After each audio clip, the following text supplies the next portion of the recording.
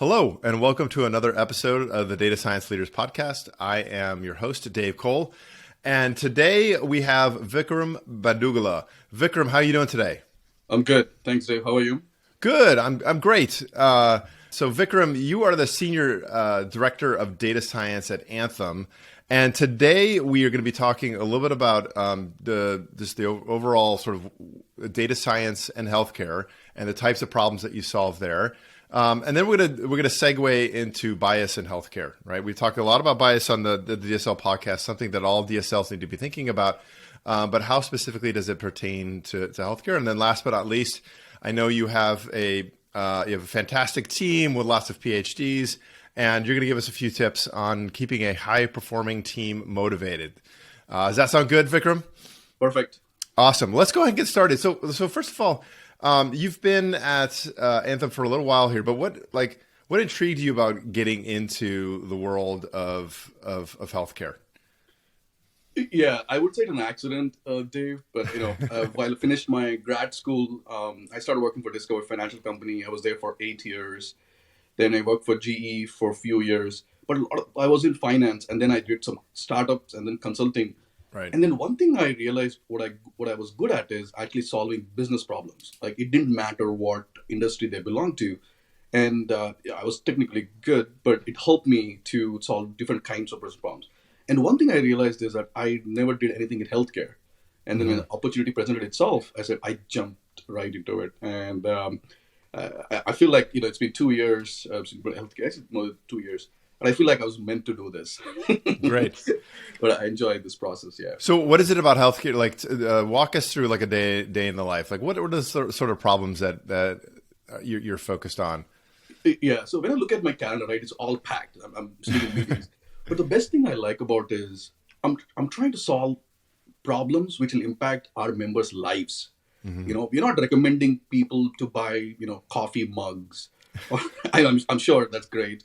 Or to read a certain article and then, do a workout.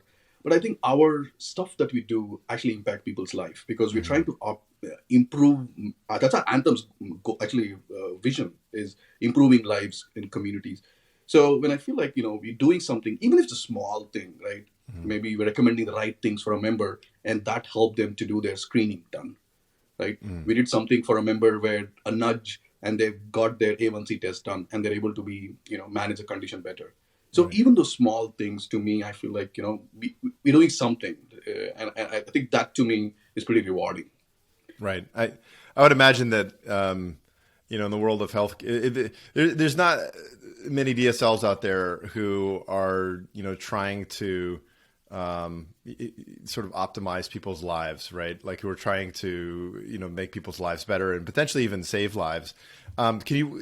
Is there any specific project that you can maybe share with us or something that, or at least at a high level, if you're a DSL in healthcare today, like what are some things that you think are sort of current and topical that they should be focused on? Yeah, I think let's talk about the kinds of problems in healthcare. And I said why I'm excited about healthcare and the problems we try to solve. Obviously the data is different. The things that we have, it's obviously claims data. You're talking with people's conditions, how they engage with the healthcare. And so to me, like I talked about my calendar, I'm busy, right? But I think if you look at my calendar, right, what I see is that today we had a meeting on predicting women who are going to be pregnant, right? And how do we provide the right care for them? There was another meeting today. We are reviewing results on our breast cancer screening awareness program. Right. How do we, ensure especially women over 65, Medicare, every 10 years they should get a screening done. And we have a bunch of programs we optimize for. So today I have a review or meeting on how the model is performing, right? How the program is doing. So, like any business, right? Even we solve typical business problems like increasing revenue, increasing engagement, and so on and so forth. But there are some unique problems in healthcare that we solve, right? Like, for example, care management is a big part of problems we solve. How do we provide the right care to the right member at the right time? If you think about it, right, for data science, if you remove all the top things, it ends up being a recommendation engine. Like, how do you build a recommendation engine, right? But those impacts lives. Another problem we try to look for is like, how do we identify fraud, waste, and abuse in healthcare systems? Because somebody does do those sort of things, and sometimes doctors over-diagnose certain things. So how do you ensure those things does happen, right? Condition prediction is a huge thing. Can we predict somebody's going to be diabetic in the next 6 months, 1 year from now? And if we know that, because diabetes and hypertension, those are the two big problems people have, even though it's manageable, but they can cause a lot of other conditions down the lane, right? So can we identify members who are going to be diabetic, members who are hypertension, or even members who are going to have a risk of falling? Wow. So like these are like condition predicting models, and then the other ones are like management prediction. So when I look at my calendar, right, I see one, we are brainstorming. How do we build, what kind of model we need to build? Supervise, optimization, deep learning, so forth. The other one, we're reviewing the performance of the models. Other ones, we're looking at, is the model biased, right? It's a big thing nowadays. So that's why I feel like, I'm an engineering background, so I like solving problems. And now we're trying to solve problems with AI, which impacts lives, which has a consequence, right? It's a huge consequence, not just revenue worse, but actually impacts members, their lives, and financial outcomes. So to me, every day I get up in the morning and I'm excited to do my job and then solve problems like this. That's awesome. Yeah, I mean, you're a lot of what when you were describing it sounded a lot like marketing use cases. Sort of right message, right time. The difference is instead of encouraging me to to go buy a shirt or whatever, like you're encouraging people to go get screened or to come in and for a checkup or what have you. So, I think that's incredibly interesting. Like, are there any specific challenges that you run into? Like, I know, getting to ground truth can be difficult in all sort of different verticals. I have to imagine that there's, in healthcare, there's such a lag, right? Is there any challenges there? Or are there any other challenges that sort of you struggle with when working in the healthcare industry? Yeah, absolutely. I think one of the top big struggle I see is, business. What does the business want to do, right? And what is good for a member, right? Most of the time they should be aligned, right? Yeah. What should be aligned, because happy customer, happy business. But actually for Anthem, if you think about it, for any payer, right, any insurance company, actually you want members to pay the premiums and not go to the hospital. That's Right. that's the best case scenario, right? But I think for us, it's where we're trying to build something where the model thinks that, hey, you should not be doing this thing. There's this bias there, right? Or maybe it's not the right thing to do for our member, right? So that's where I think you would see there's a struggle, right? And I think a lot of times it's educational to our leaders, right? Hey, this is not how we should be doing. The other struggle that I see is that, especially from the business, the business team, they're looking from a very business point of view problems. Right. Data scientists, they solve from a very data science point of view, right? They're trying to solve from very different. So the questions we are asking is sometimes different, right? I think that's what I see where my role plays a big role is I'm trying to work with the business, understand, hey, the problem you're trying to solve is different. You need to redo your problem. And then for my team to ask, hey, you need to ask a different question. You need to use a different data to do those kind of things. So that's where I think you bridge the gap, where you're trying to educate the leaders what a data science team can do, what we can offer. Right? It's not like a magic wand you just turn on and suddenly it comes out, right? I think when people try to do that, bad things happen in terms of recommendations, right? I think there's enough evidence in history where we have recommended bad stuff, and I think that's what we're trying to avoid. Right. And so that's what I see. Yeah, I mean, again, that's a recurring theme here on the DSL podcast is just how to communicate with your business counterparts, right? And there's certainly educating them, sort of demystifying the dark art, which is data science, and trying to explain how models work and just being more transparent in general. Is there anything that there, just real quick, any tips there that you'd have for fellow DSLs communicating with business? I think one thing is try to avoid Greek letters in your PowerPoints, right? People they love showing how. Right? How the model works. But I think the key thing I should focus on what the model is supposed to do, right? What the model is supposed to do. I think that's the key thing. I think we are too fancy with, hey, showing this curves and that curves. And, we show metrics like RMSE and then precision recall and all those things. But I think to me, right, the leaders don't have a lot of time, right? They're sitting there for like 5 minutes and they're also probably doing other things while they're talking to you. Right. But I think to me is that I think let's make sure that we remove all the basic assumptions, come up with the basic truths that you want to explain what the model is supposed to do. And then tell him, hey, I have you for 2 minutes. I'm going to tell you, the model will predict women who are pregnant in the next 6 months. Better than the way than Exactly. than we did before by 15% or whatever, right? Now tell me what you plan to do, because we want to make sure that you use this model in the right way. Don't use the model in the wrong way. It's not like, you have it and play with other things. I think that's the one thing, right? A lot of times we are only giving output of a model, but we're not asking enough questions on what do you plan to do with that. I think as a DS leaders, I think that's a very important thing, because you don't want your models to be misconstrued or used in a way that it should not be used. I think that's when you'll have unoptimized results. Yeah, I mean, if I recall, there's a famous retailer a few years ago that you're probably aware of that was doing the same thing, trying to predict women who are pregnant, and then sent sort of pregnancy related coupons or whatever, something along those lines, to a young girl who was living at home, and her mother was like, "What the heck is going on here?" So you got to be very careful about how you use this the outputs of the models at times, and that's, I think, part of the job of a data scientist is educating and talking through the pros and cons. But getting back to your larger point, I hear you, which is sort of, there's a time and a place to walk through the how and to explain what features you're using and explain what algorithms you're using and how you got from A to B, how you got to that final model. I think that's best left for your fellow data scientists, right? When you explain how you did your work on a brown bag session or something along those lines. But when you're talking to the business, they just want to know, like, what does this thing do? Is it better than what I had before? And then how can we go ahead and deploy this into an existing business process? So I think that's very good advice. So you mentioned a couple of times a little bit about bias in healthcare, right? And I mean, certainly we've talked a lot about bias in previous episodes, but not specifically with regards to healthcare. I have to imagine there might be some unique twists to what you have to deal with regards to bias. I mean, we should all be aware of bias in our models, but when it comes to healthcare, I imagine even the degree with which you need to pay attention is even higher. So I'll let you take it away here, Vikram. Talk to us a little bit about bias in healthcare. Yeah. So nowadays, like, bias has become like, everybody uses the word for everything. Like, hey, bias. But I don't know, but it's actually very difficult to even identify bias. Forget about fixing bias. Let's not even worry about fixing, because our goal has to be, as a data science lead, can we identify bias in our algorithm? Mm-hmm. Is algorithm providing bias?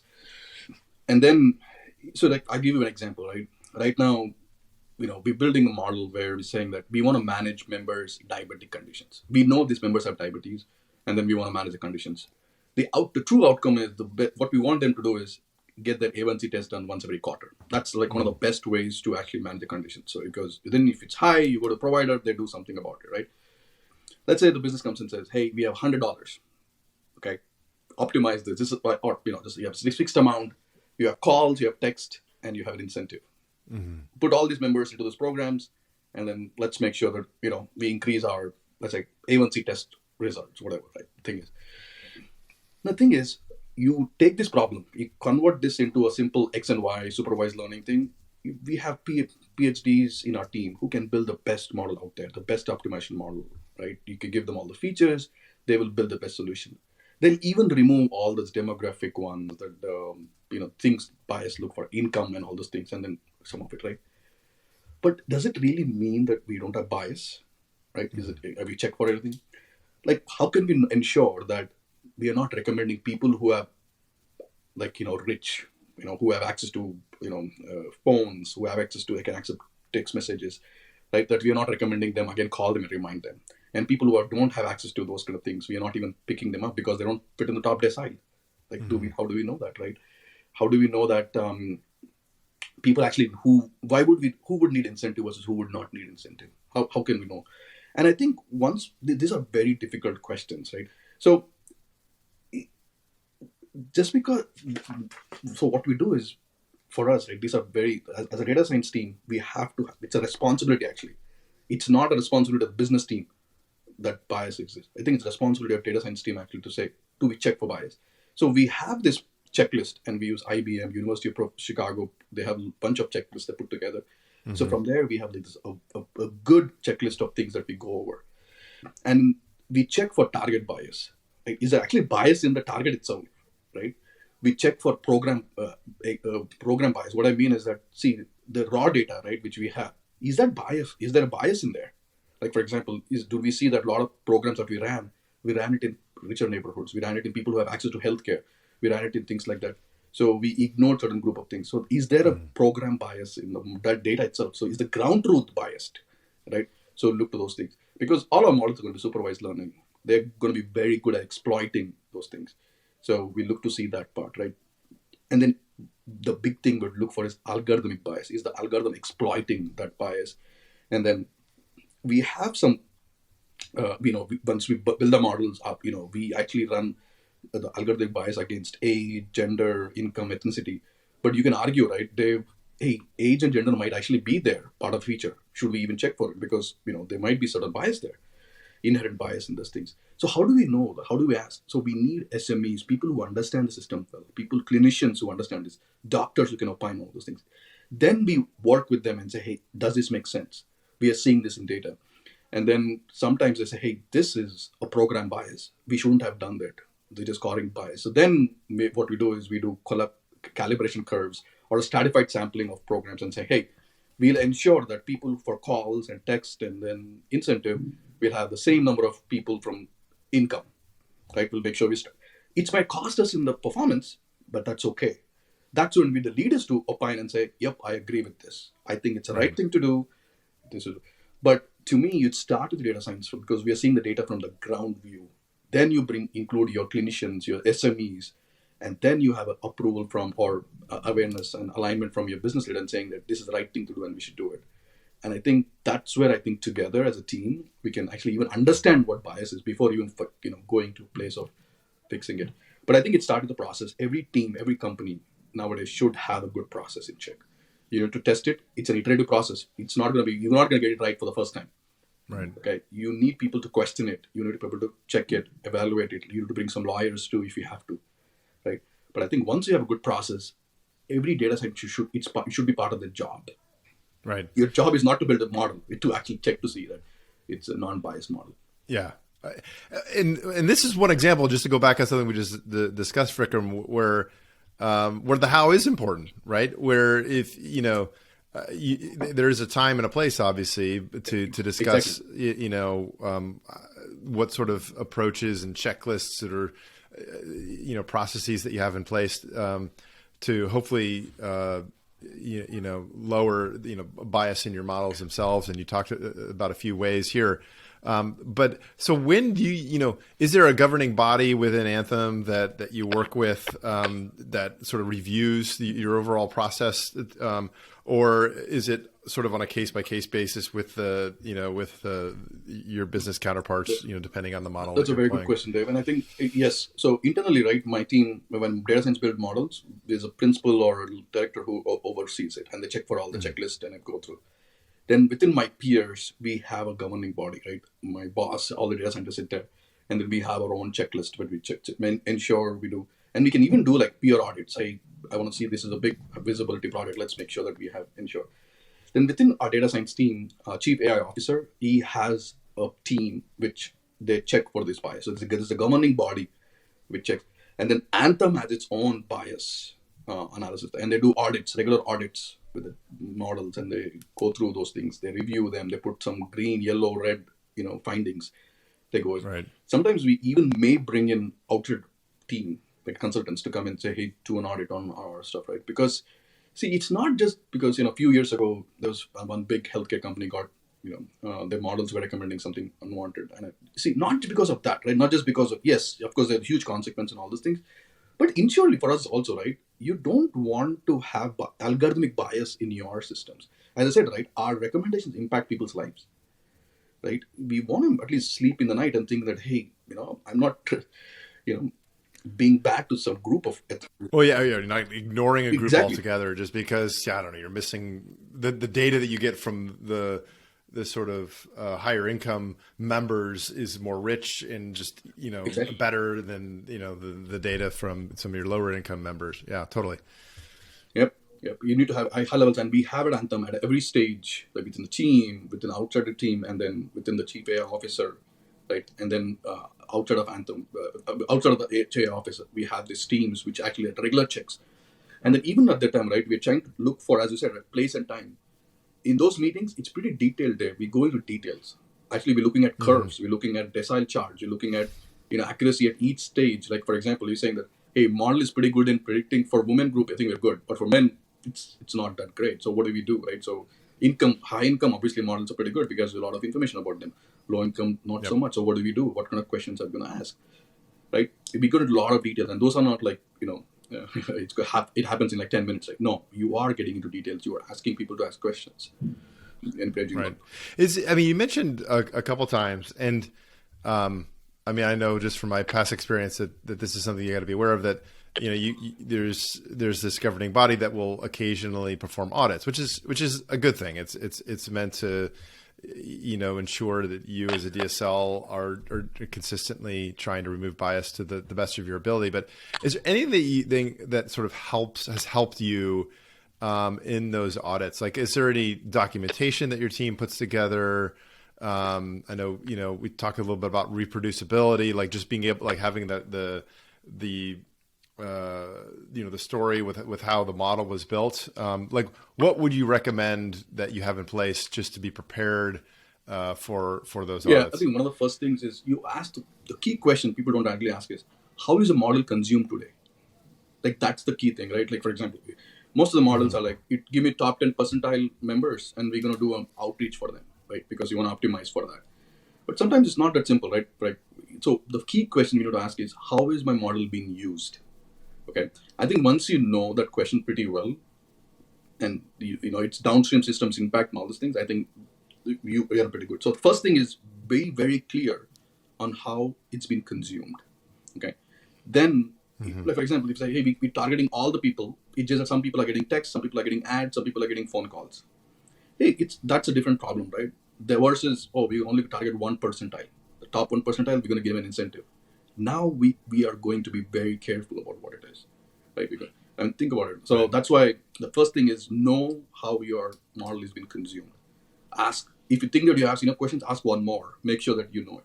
The second thing is you do at the minimum, right? You do check for your target bias, your program ground truth. Is your ground truth actually biased? First check to see either, and then look for the key things, right? Your age, your ethnicity, your income levels. Those are minimum things that you should have. Right? Let's make sure that you first check to see your target bias. And then after that, your algorithmic bias. Look for precisions within those groups.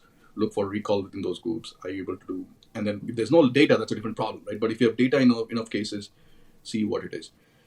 If you do the 1 and the 2, and if you just check for target bias and algorithmic bias, I think you're in a pretty good place. Because now you exactly know what it is. Because let's say if you're only using top decile, then you just focus on the top decile.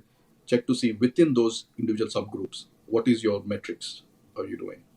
I think once you identified those things, you'll be at a pretty good place of saying that, you know what, yes, I'm confident that our model is not biased, or there is a bias here, or we need to check something here or something.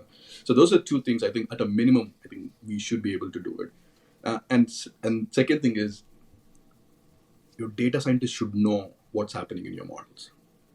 Don't create your black box models. Nowadays, everything can be explainable.